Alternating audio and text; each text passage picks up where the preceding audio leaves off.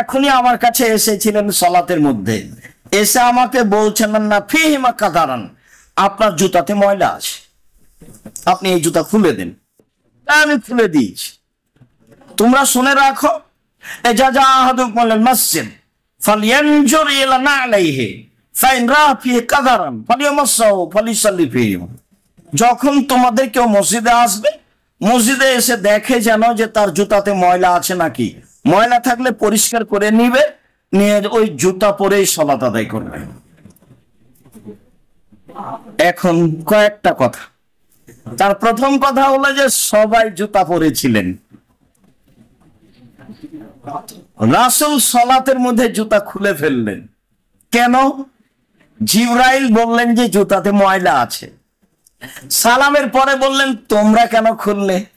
আপনাকে খুলতে দেখেছি সেই জন্য। এই বাক্য দিয়ে আপনার কাছে কি প্রমাণ হয়? এই বাক্য দিয়ে অনুসরণ। সাহাবীগণ কত তৎপর ছিলেন অনুসরণে, কত তৎপর ছিলেন অনুসরণে। সালাতে যা করতে দেখেছেন তাই করছেন, অথচ করা প্রয়োজন ছিল না। তিনি বললেন তোমরা জুতা খুললে কেন? আপনাকে খুলতে দেখলাম এই জন্য। আরে জিবরাইল আমাকে এসে বললো তো আপনার জুতাতে ময়লা আছে, তাই আমি খুলে দিয়েছি। তো তোমাদের জুতাতে কি ময়লা আছে? তোমরা জুতা পরে মসজিদে আসবা, এসে দেখবা যে জুতাতে ময়লা আছে নাকি, যদি থাকে তাহলে মুছে দিয়ে দে, জুতা পরে সালাত আদায় করিও। এই অনুসরণের কথা বলতে মধ্যখানে একটা কথা বলে রাখছি, দিনী ভাই বোন খুব ভালোভাবে মনে রাখবেন। রাসূল সাল্লাল্লাহু আলাইহি সাল্লামের কথাকে প্রাধান্য দিতে হবে। পৃথিবীর কোন মানুষ তার কথা প্রাধান্য দিতে হবে এরকম যোগ্যতা কেউ রাখে না, এমনকি উমর রাদিয়াল্লাহু তাআলা আনহু নয়। আল্লাহর নবী 23 বছর জীবনে কোনো একদিন কাতার সোজা করুন, প্রাচীরের মতো দাঁড়ান, ফাঁকা বন্ধ করুন, এই কথা না বলে সালাত আরম্ভ করেননি কোনো একদিন। 23 বছরে কোনো একদিন এই কথা না বলে সালাত আদায় করেননি। মানে বলেছেন কাতার সোজা করুন, প্রাচীরের মতো হয়ে দাঁড়ান, ফাঁকা বন্ধ করুন। আমি দেখতে পাচ্ছি শয়তান ছাগলের বাচ্চার মতো হয়ে তোমাদের মধ্য দিয়ে প্রবেশ করছে। এই কথাগুলি না বলে 23 বছরের জীবনে কোনোদিন সালাত শুরু করেছেন তার প্রমাণ নেই, অথচ সাহাবীগণ সোচ্চার, দেখলেই করেন।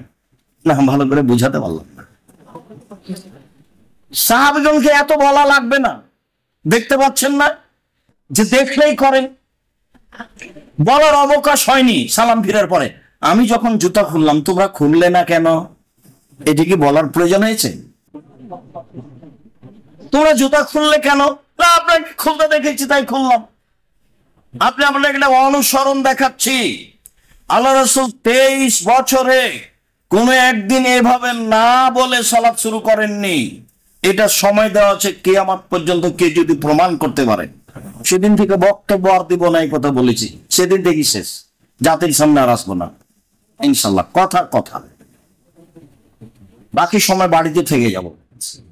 কেউ যদি প্রমাণ করে দিতে পারে আল্লাহ রাসূল জীবনে কোনো একদিন মুসল্লির দিকে মুখামুখি না হয়ে কাতার সোজা করুন, প্রাচীরের মতো হয়ে পড়ুন, ফাঁকা বন্ধ করুন, এই কথা না বলে সালাত শুরু করেছেন, এটা প্রমাণ হয়ে গেলে আমি আব্দুর রাজ্জাক বিন ইউসুফ জিন্দেগি তার বক্তব্য দিব না। 30 বছর থেকে বলে আসছি, 1-2 দিন থেকে নয়। অথচ আপনার মসজিদে ইমাম ওইদিকে মুখ করে আছেন কেবলার দিকেই, আর মুয়াজ্জিন বলছেন ইকামত দিচ্ছে। যখন কাতকামতির সালা পর্যন্ত গেছে তখন উনি বলছেন আল্লাহু আকবার। এর নাম অনুসরণ? হাতে চুমা দিলে অনুসরণ হয়, বুকে হাত মারলে অনুসরণ হয়, জন্মদিনে এইভাবে মিলাদ করলে অনুসরণ হয়? অসম্ভব। তার কর্ম বাস্তবায়ন করলে জীবনে তার নাম অনুসরণ।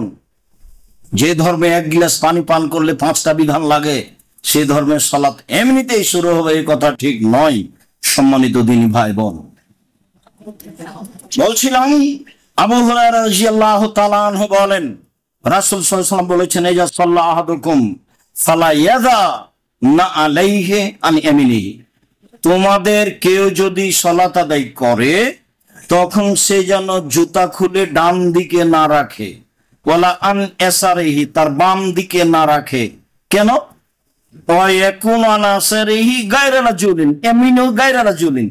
বাম দিকে রাখলেই তো আর একজনের ডানে হলো। তুমি জুতা খুলে ডান দিকে রাখো না, কেন তোমার ডানে হলো? তো তোমার জুতা খুলে বাম দিকে রাখো না, কেন আর একজনের ডানে হলো?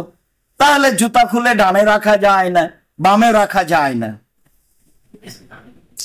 হ্যাঁ, আবার বলছেন তবে আল্লাহ এখনো আহাদ সারে, যদি বাম দিকে কেউ না থাকে তাহলে জুতা খুলে বাম দিকে রাখতে পারো। আল্লাহ হলে জুতাটা খুলে দুই পায়ের মাঝে রাখো, অন্যথায় তাতেই সালাত আদায় করো। এই হাদিসে বোঝা যাচ্ছে জুতা খুলে রাখা যায়, জুতা পরে সালাত আদায় করা যায়। আমার পরিস্থিতি অনুযায়ী আমি বুঝবো জুতা খুলে রাখবো না জুতা পরে সালাত আদায় করবো। আপনার একবার নতুন জুতা পরে একদিন মসজিদে সালাত আদায় করেন, ভালোভাবে বের হতে দেয় না। শরীয়তের সাথে ভালোবাসা নেই, মানে এমনিতেই ভালোবাসা, ধর্মের সাথে ভালোবাসা নেই। ধর্মকে ভালোবাসলে তো হুবাহু মানার একটা চেষ্টা করতে হবে, তাহলে তো, তাছাড়া এমনি কি আর ভালোবাসা হয়? তার পিতার মধ্যস্থতায় তার দাদা থেকে বলেন, কানান নবী সাল্লাল্লাহু আলাইহি ইউসাল্লি হাফিয়ান ও মুনতাইলান, রাসূল সাল্লাল্লাহু আলাইহি সাল্লাম খালি পায়েও সালাত আদায় করতেন, আবার তিনি জুতা পরেও সালাত আদায় করতেন। তিনি খালি পায়েও সালাত আদায় করতেন, আবার তিনি জুতা পরেও সালাত আদায় করতেন। আব্দুল্লাহ ইবনে মাসউদ রাদিয়াল্লাহু তাআলা আনহু বলেন, রাসূল সাল্লাল্লাহু আলাইহি সাল্লাম সালাত আদায় করতেন প্রথম যুগে ফি সাবিল ওয়াহিদ, এক কাপড়ে। রাসূল সাল্লাল্লাহু আলাইহি সাল্লাম এক কাপড়ে প্রথম দিকে সালাত আদায় করতেন। এদা কানা সব কিল্লা, যখন কাপড় কম ছিল তখন। যখন আল্লাহ তাআলা অর্থ সম্পদ বেশি করে দিলেন তখন আসসালাতু ফি সাওবাইন আসকা, তখন দুই কাপড়ে সালাত আদায় করাই উত্তম। যেহেতু এখন আর কাপড়ের সমস্যা নেই মানুষের, কাজে এক কাপড়ে সালাত আদায় করতে হবে এটা নয়, বরং দুই কাপড়, বরং যে পরিমাণ কাপড় আমার শরীর ঢাকার জন্য শীত গরম অনুযায়ী লাগবে সেই পরিমাণ পরে পরে সালাত আদায় করব, এটাই ঠিক, এটাই সুন্নাত। আবু হুরায়রা রাদিয়াল্লাহু তাআলা আনহু বলেন, নাহান নবী সাল্লাল্লাহু আলাইহি ওয়াসাল্লাম সাদলে ফি সালাতে ওয়া ইউগাত্তিয়া রাজুল ফাহু, তিনি টাকনুর নিচে কাপড় পরে সালাত আদায় করতে নিষেধ করেছেন। অন্য এক বর্ণনায় এসেছে টাকনুর নিচে কাপড় পরে যদি কেউ সালাত আদায় করে তাহলে সে যেন আবার সালাত আদায় করে, তার সালাত হয়নি। তবে এই হাদিস ঠিক নয়। টাকনুর নিচে কাপড় রেখে যদি কেউ সালাত আদায় করে তাহলে সে সালাত যেন সে আবার আদায় করে, আবার আদায় করা লাগবে না। এ হাদিস আমল যোগ্য নয়। তবে এ হাদিস আমল যোগ্য যে হাদিস আল্লাহ রাসূল নিষেধ করেছেন যে মানুষ যেন টাকনুর নিচে কাপড় রেখে সালাত আদায় না করে, এইটা হলো তার আদেশ। সালাতের সময় কাপড় টাকনুর উপরে থাকতেই হবে।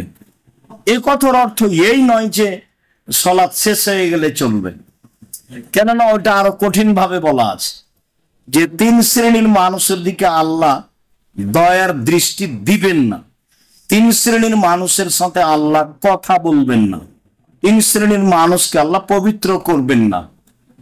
তার এক শ্রেণীর মানুষ হচ্ছে মুসবিলুল এজাদ, যারা টাকনুর নিচে কাপড় পরিধান করে, পায়জামা প্যান্ট লুঙ্গি পরে, তাদের সাথে আল্লাহ বিচারের মাঠে কথা বলবেন না। কাজেই সালাতের সময় সহ যে কোনো সময় পুরুষ মানুষ তার কাপড় টাকনুর উপরে রাখবে, এটা জরুরি, বাধ্য। এত বড় অপরাধ কেন? আমিও বাহ্যিকভাবে কিছু বুঝতে পারি না, কিন্তু